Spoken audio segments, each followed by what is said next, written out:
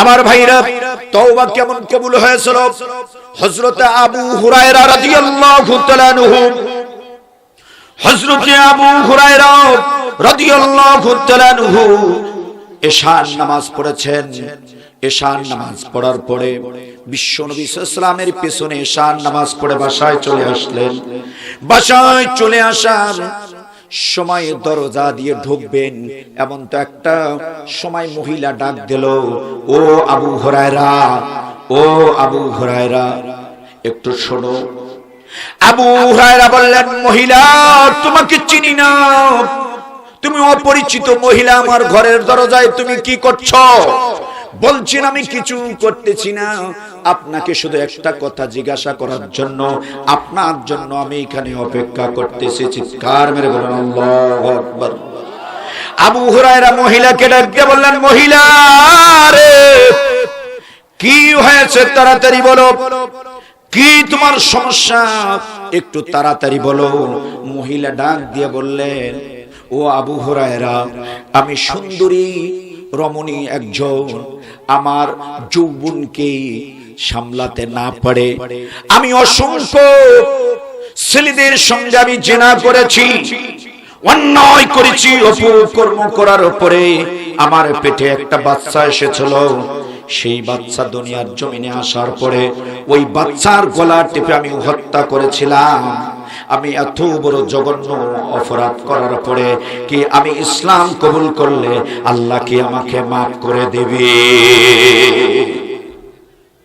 সম্মানিত ভাইরা আমার, হযরত আবু হুরায়রা রাদিয়াল্লাহু তাআলা আনহু মহিলাকে ডাক দিয়ে বললেন, মহিলা রে, তুমি এত বড় জঘন্য অপরাধ করেছো, আল্লাহ তোমাকে কখনো মাফ করবে না। এই কথা বলার সঙ্গে সঙ্গে মহিলা তার মাথাটা জমিনের মধ্যে আছাড়া দেওয়া শুরু করলো, নিজের মাথায় নিজে থাপড় দেওয়া শুরু করলো, আর বলতে লাগলো, এত সুন্দর চেহারা, এত সুন্দর রূপ, এত সুন্দর দেহ, আজকে আমি পাপ কাজ করার কারণে আমার দেহটা আগুনের মধ্যে জ্বলবে। আমার ভাইরা, আবু হুরায়রা এই কথা বলে ঘরের ভেতরে ঢুকলেন। সারা রাত সে ছটপটানি অবস্থায় ছিল, মহিলাকে আমি সঠিকটা বললাম না বেঠিকটা বললাম, এই বলতেই বলতেই ফজরের আজান হয়ে গেল। আজান হয়ে যাবার পরে হযরতে আবু হুরায়রা রাদিয়াল্লাহু তাআলা আনহু ঘর থেকে বের হয়ে বিশ্ব নবীজির পেছনে আমার ভাইরা ফজরের নামাজ আদায় করলেন। ফজরের নামাজ আদায় করার পরে বিশ্ব নবীজি সালাম ফিরালেন। সালাম ফেরার পরে সকল সাহাবীদের দিকে মুখ করে বসলেন। আমার ভাইরা, হযরতে আবু হুরায়রা রাদিয়াল্লাহু তাআলা আনহু বিশ্ব নবীজিকে ডাক দিয়ে বললেন, ইয়া রাসূলুল্লাহ, ইয়া হাবিবাল্লাহ, আমি রাতের বেলা এশার নামাজের পড়ে যাবার পরে শোয়ার আগে আগে একটা মহিলা আমাকে জিজ্ঞাসা করেছিল, সে এত বড় অন্যায় কাজ করেছে, এত বড় অকর্ম কাজ করেছে, সে ইসলাম কবুল করার জন্য রাজি ছিল। আমি বলছিলাম, তুমি ইসলাম কবুল করলো, আল্লাহ আল্লাহ তোমাকে কবুল করবে না, মাফ করবে না। আমার বিশ্বনবী সাল্লাল্লাহু আলাইহি ওয়াসাল্লাম বললেন, আবু হুরায়রা, তুমি ভুল করেছো, ভুল করেছো। কেউ যদি জাহিলিয়াত থাকা অবস্থায় যদি অন্যায় করে অপকর্ম করে, কেউ যদি জীবন্ত মানুষকে যদি কবর দেয় জাহিলিয়াত থাকার কারণে, এই মহিলাটা জাহিলিয়াত থাকার কারণে সে অন্যায় করেছে, অপকর্ম করেছে, তার সন্তানকে গলা টিপে হত্যা করেছে, সে নিজের গুনাহকে অনুশোচনা করেছে, নিজের গুনাহকে নিজে স্বীকার করেছে, আল্লাহ তাআলার কাছে তওবা করার জন্য সে স্বীকারোক্তি দিয়েছে। অতএব আল্লাহ তাআলার কাছে তওবা করে ইসলাম কবুল করতে চেয়েছে, আল্লাহ তাআলা তাকে মাফ করে দিয়ে দেবে। হযরতে আবু হুরায়রা রাদিয়াল্লাহু তাআলা আনহুর চোখের পানি ঝরঝর করে পড়া শুরু হয়ে গেল। আমি কত বড় না ভুল করলাম, এই মহিলাটাকে কোথায় খুঁজে পাবো? হযরতে আবু হুরায়রা রাদিয়াল্লাহু তাআলা আনহু খুঁজতে খুঁজতে মহিলাকে যখন পেয়ে গেলেন, মহিলাকে ডাক দিয়ে বললেন, মহিলা রে, আল্লাহ তোমার অপকর্মকে আল্লাহ মাফ করে দেবে তুমি ইসলাম কবুল করলে। আল্লাহু আকবার বলুন। আবু হুরায়রা যখন বললেন, ওই মহিলা চিৎকার দিয়ে আল্লাহু আকবার, আমার মতন এত বড় অপকর্মকারীকে, আমার মতন এত গুনাহকারীকে যিনি মাফ করবেন তিনি খুব বড় দয়ালু। চিৎকার মেরে বলুন আল্লাহু আকবার। আবু হুরায়রা বললেন, আর এক মুহূর্ত দেরি না, তাড়াতাড়ি করে আমাকে কালিমা পড়ে মুসলমান করে দেন। চিৎকার মেরে বলুন আল্লাহু আকবার। আমার ভাইরা, ইসলাম কবুল করার কারণে আল্লাহ তাআলা তাকে तमाम জীবনের সমস্ত গুনাহ খাতার পরিবর্তে আল্লাহ তাআলা তাকে বেগানা মাসুম হিসাবে আল্লাহ কবুল করে নিলেন। চিৎকার মেরে বলুন সুবহানাল্লাহ। খারাপ লাগতেছে? যদি খারাপ লাগে ছেড়ে দেই। মুমিনের গুণ বলতেছিলাম। আমরা যে মুমিন দাবি করি, খালি নিজেকে নামাজি হিসাবে দাবি করি, নিজেকে একজন ইমানদার হিসাবে দাবি করি। আবার কেউ আছে কি নামাজ না পড়লেও মোর ইমান অনেক ভালো, কয় কি কয় না? এইভাবে কয় মোর ইমান অনেক ভালো। নামাজ নাই, তার ইমান নাই। নামাজ হলো ইসলামের ফাউন্ডেশন। কথা বলেন ঠিক কিনা? দ্বিতীয় পয়েন্টে আসতেছি। সম্মানিত ভাইরা আমার, তাহলে মুমিনের এক নাম্বার গুণ কি বলেন তো? আল্লাহ তাআলার কাছে সর্বদা নামাজকে সে তওবা করতে হবে। কি শুনলেন? ওই যে বললাম, তাহলে এই কান দিয়ে শুনলেন, ও কান দিয়ে বাইর করে দিচ্ছেন, ওই প্রথম পুতুলের মতো। কথা বলেন ঠিক কিনা আমার ভাইরা? তাহলে মুমিনের এক নাম্বার গুণ কি? হ্যাঁ, তওবা। সর্বদা তওবার হালতে আমরা থাকবো, আমরা তওবা করব। আস্তাগফিরুল্লাহ, আল্লাহ তুমি maaf করে দাও। আল্লাহ এই দুনিয়ার বুকে যদি আল্লাহ যদি কোনো অন্যায় অপকর্ম থেকে maaf করে দাও, আল্লাহ তুমি যদি আমার মৃত্যু দিয়ে থাকো, সেটা তওবার হালতে মৃত্যু দাও। আল্লাহু আকবার বলুন। আবিদুন, মুমিন হলো দুই নাম্বার মুমিনের গুণ হলো ইবাদতকারী হবে। দুই নাম্বার মুমিনের গুণ কি হবে? আরো জোরে বলুন। দুই নাম্বার মুমিনের গুণ হলো ইবাদতকারী হবে। আমি কিন্তু ঝংকার আলোচনাও জানি। আমি কিন্তু মাইক একটা হুঙ্কার দেব 3-4 ইউনিট কাটার মতন ক্ষমতা আছে। আল্লাহ সেই পাওয়ার দিয়েছে। আমার কথা শুনলেই মাইকেল এমনি ভয় পায়। মিয়া সাহেবরা আজকে একটু মানে নরম দিয়ে কথা বলতেছি বলে, যাতে করে মুমিন হওয়ার বৈশিষ্ট্যগুলো একটু ধীরে ধীরে ধীরে ধীরে বলি, অল্প অল্প সময়। তা দেখতেছি কারো মনে হয় চারাং বারাং শুরু হয়ে গেছে।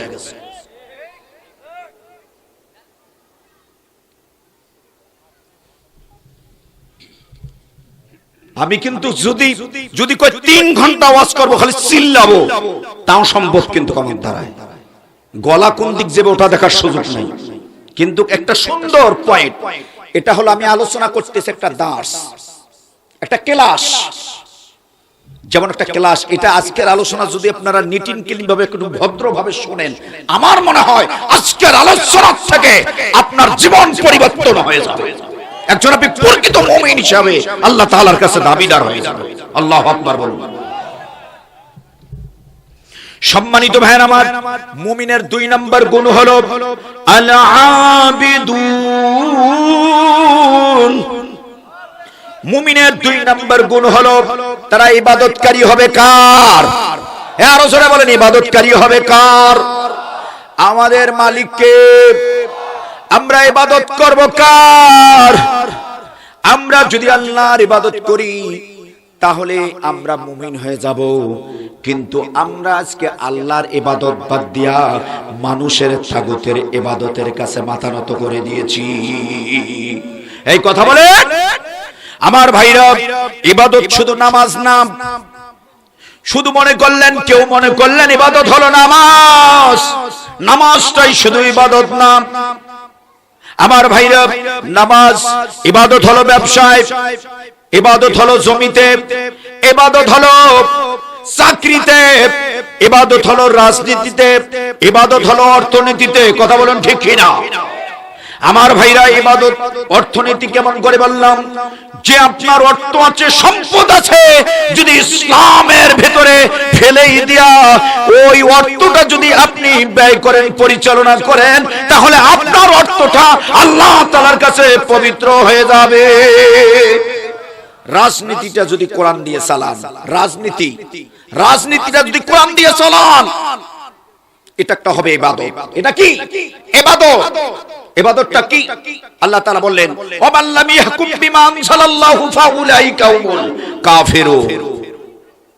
ইবাদত এটা আল্লাহর দেওয়া বিধান অনুযায়ী তুমি যদি এই জমিনে যদি কোরআন দিয়ে বিচার ফয়সালা করো, এটাও তো এটা হলো একটা ইবাদত, উত্তম ইবাদত। আল্লাহু আকবার।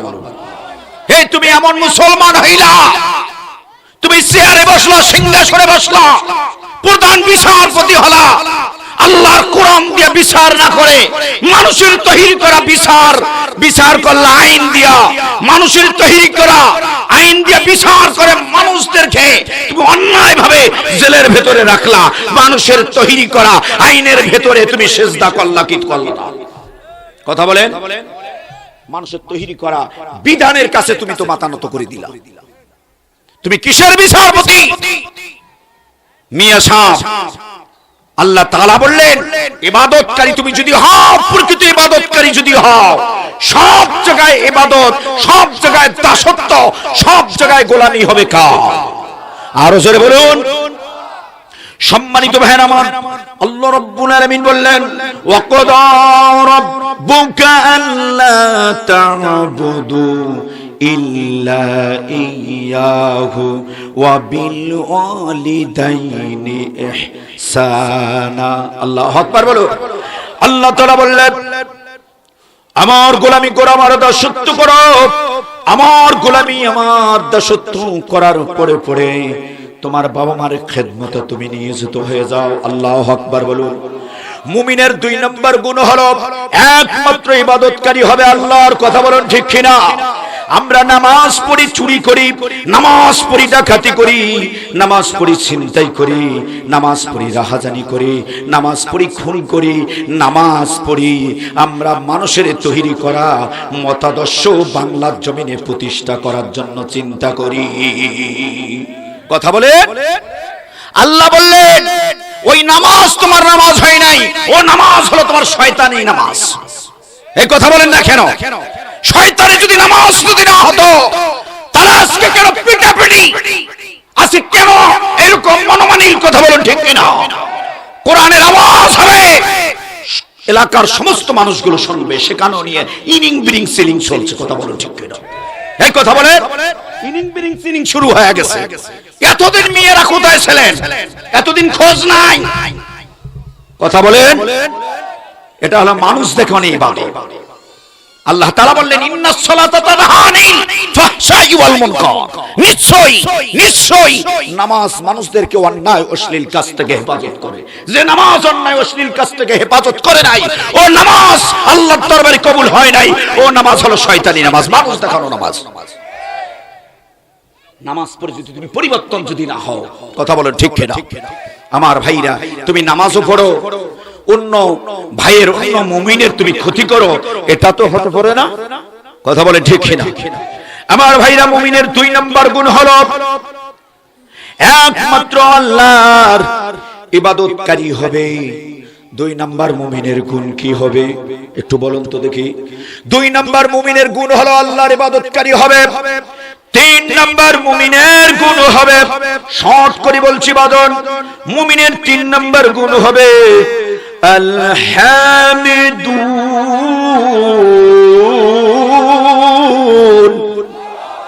আর জোরে বলুন আল্লাহু আকবার।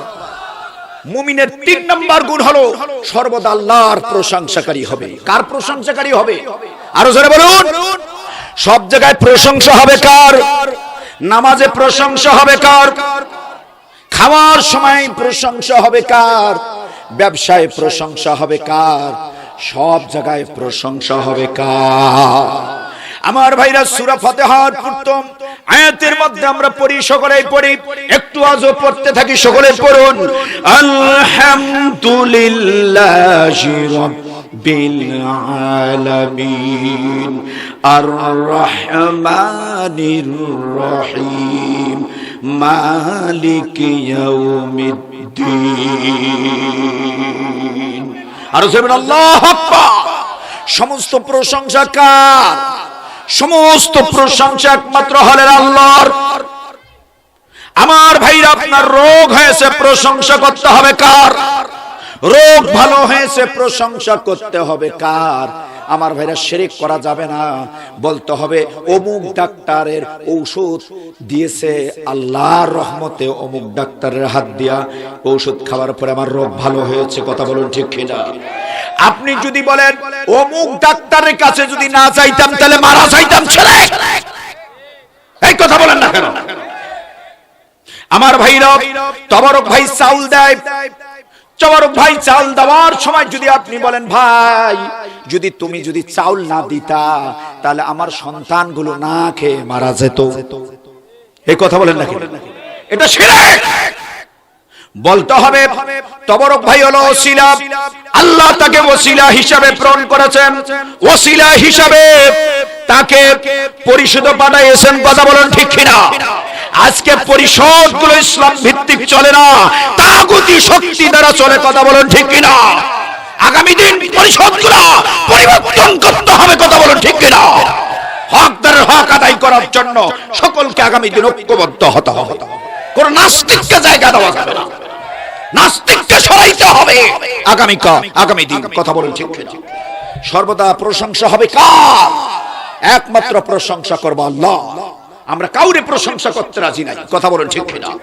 আমার ভাইয়ের খাওয়াতে প্রশংসা, সব জায়গায় প্রশংসা হবে একমাত্র আল্লাহ। এটা হলো মুমিনের কয় নাম্বার গুণ? মুমিনের 3 নম্বর গুণ হলো সর্বদা প্রশংসা হবে আল্লাহর। আল্লাহু আকবার বলুন।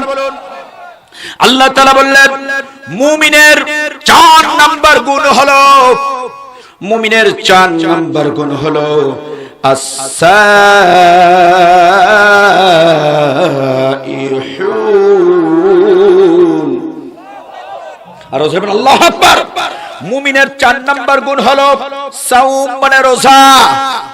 আল্লাহ তাআলা এই 4 নম্বর গুণের এই রোজার ব্যাপারে যে আল্লাহ তাআলা এখানে বলেছেন রোজা হলো ফরজ। কথা বলুন ঠিক কিনা? অসংখ্য মুফাসসিরিন কিরাম, হাজার হাজার লক্ষ লক্ষ মুফাসসিরিন কিরাম এই শব্দটার এখানে ব্যাখ্যা করেছেন রোজা হলো ফরজ, ইসলামী আন্দোলন করা ফরজ, আল্লাহর জমিনে আল্লাহর দ্বীন কায়েম করা ফরজ। আল্লাহু আকবার বলুন। রোজা ফরজ কিনা? হ্যাঁ, ইয়া আইয়ুহাল্লাযিনা আমানু কুতিবা আলাইকুমুস সিয়াম কামা কুতিবা আলাল্লাযিনা মিন ক্বাবলিকুম লাআল্লাকুম তাত্তাকুন। আল্লাহু আকবার বলুন। হে ইমানদার বান্দাগণ, তোমরা রোজা রাখো। রোজা তোমাদের জন্য ফরজ, শুধু তোমাদের জন্য নয়, তোমাদের পূর্ববর্তীরা যারা এসেছিল তাদের উপর রোজা ফরজ করা হয়েছিল। যারা রোজা রাখতে পেরেছে তারা মুত্তাকি হয়েছে। চিৎকার মেরে বলুন আল্লাহু আকবার। আমার ভাইরা, 17 রমজান বলুন তো, 17 রমজানে আল্লাহ রাব্বুল আলামিন বললেন নবীজিকে, বললেন নবী হে, আজকে রোজা ছেড়ে দেওয়া ফরজ। আমার আল্লাহ তাআলা নবীজিকে বললেন নবী হে, আপনি রোজা ছেড়ে দেন, আপনার সাহাবীদেরকে রোজা ছেড়ে দেন। ছেড়ে দিতে বলেন। আজকে রোজা ছেড়ে দিয়ে যদি যুদ্ধের ময়দানে যদি নেমে যদি আল্লাহর জমিনে আমার দিন তোমরা কায়েম করা, এইটাই হলো বড় ফরজ। আল্লাহু আকবার বলুন। ভাবে এই সমাজ থেকে অন্যায় অপকর্মগুলো দুর্বৃত্ত করে দিয়া আমার জমিন আমার দিন কায়েম করার জন্য তোমাদেরকে ঐক্যবদ্ধ হতে হবে। ওয়াতাসিমু বিহাবলিল্লাহি জামিআন ওয়া লা তাফাররাকু, তোমরা আল্লাহর রশিকে শক্তভাবে ধারণ করতে হবে, পরস্পর বিচ্ছিন্ন হওয়া যাবে না। চিৎকার মেরে বলুন আল্লাহু আকবার। আর জোরে বলুন আল্লাহু আকবার। আমার ভাইরা, এই যে পোয়ালগুলো আছে, এই পোয়ালগুলো পরিষ্কার করার জন্য, নোংরা পরিষ্কার করার জন্য আপনাদের কি ঝাড়ু দরকার আছে না নাই? আছে না নাই? আমার ভাইরা, বা ধরেন ঝাড়ু বাদ দেন, মনে করেন আগামী কাল আপনারা পোয়ালটা কি ওই যে বাঁশের আগালি কিটা কি আমাদের এদিকে এক কথা বাংলা ভাষায় বলা হয় কারাইল। কথা বলেন ঠিক কিনা? আমার ভাই একটাই বললাম, আমার ভাই এই কারাল যদি শক্ত সামনে যদি না হয়, এই কারাল দিয়ে কি পোয়ালগুলো সামনে অগ্রসর করা যাবে? যাবে। আমার ভাইরা, আল্লাহ তাআলা বললেন আমার দিন কায়েম করার জন্য যদি তোমরা কাজ করো, এক একটা মুমিন হবে, এক একটা কারাইল হবে। কারণ সমাজ থেকে আবর্জনা সরাবার জন্য তাদেরকে ঐক্যবদ্ধ হতে হবে। যেমন করে কাঠিগুলো এক জায়গায় বাঁধন দেওয়া হয়, কাঠিগুলো এক জায়গায় বাঁধন দিয়ে যেমন ময়লা আবর্জনাগুলো যেমন ঝাড়ু দিয়ে পরিষ্কার করা হয়, আল্লাহ রাব্বুল আলামিন বললেন প্রতিটা মুমিন একটা করে মুমিন হবে, একটা করে কাঠি। এই মুমিনরা সকলে ঐক্যবদ্ধ হতে হবে। ওয়াতাসিমু বিহাবলিল্লাহি জামিয়া, সকলে ঐক্যবদ্ধ হবে, আল্লাহর রশিকে শক্তভাবে ধারণ করবে, আমার পাছায় বাঁধন দেবে। আমার ভাইরাই পাছায় বাঁধন দেওয়ার এখানে বৈশিষ্ট্যটা বোঝানো হয়েছে। ইসলামী আন্দোলনের কর্মী হতে হবে, একটা দলের ভিতরে ঢুকে সমাজ থেকে অন্যায় দুর্বৃত্ত করে আল্লাহর জমিনে আল্লাহর দ্বীন কায়েম করতে হবে। রব্বুল আলামিন বিশ্ব নবীজিকে বললেন, নবী হে, মুমিনের 8 নম্বর গুণ হলো, যারা মুমিন হবে তাদের 8 নম্বর গুণ হবে ওয়াল হাফিজুনা লিহুদুদিল্লাহ।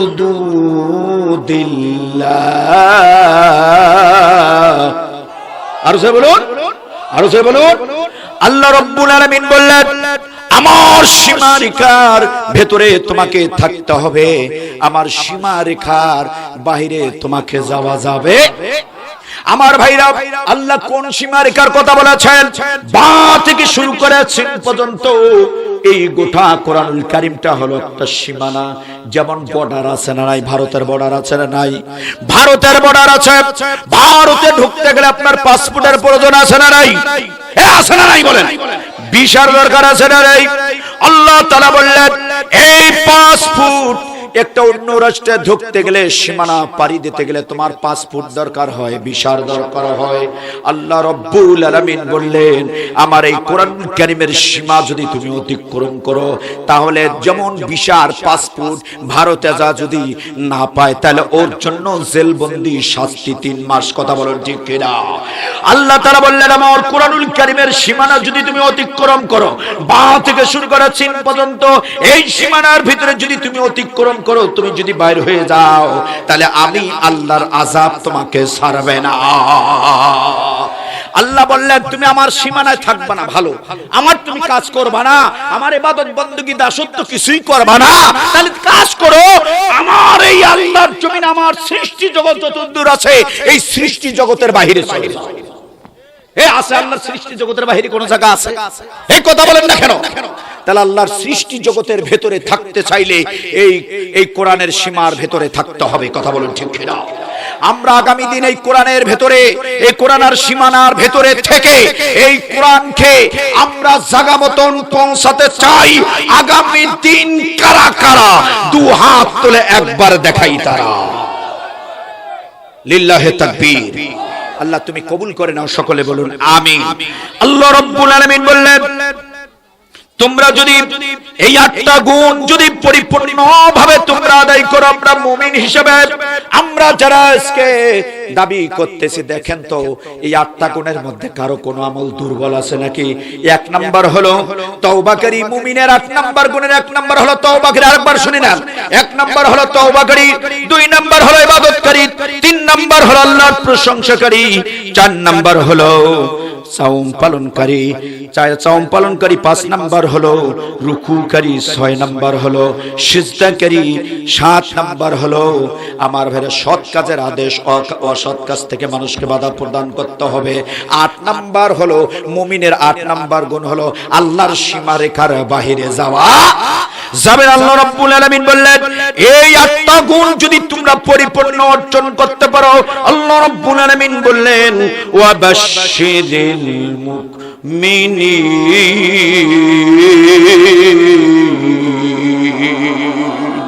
আল্লাহ তাআলা বলেন, এরা প্রকৃত মুমিন। এই মুমিনরাই আমি আল্লাহ তাআলার ওই জান্নাত পাবে যে জান্নাতের ভেতরে নহর প্রবাহিত থাকে। চিৎকার মেরে বলুন আল্লাহু আকবার।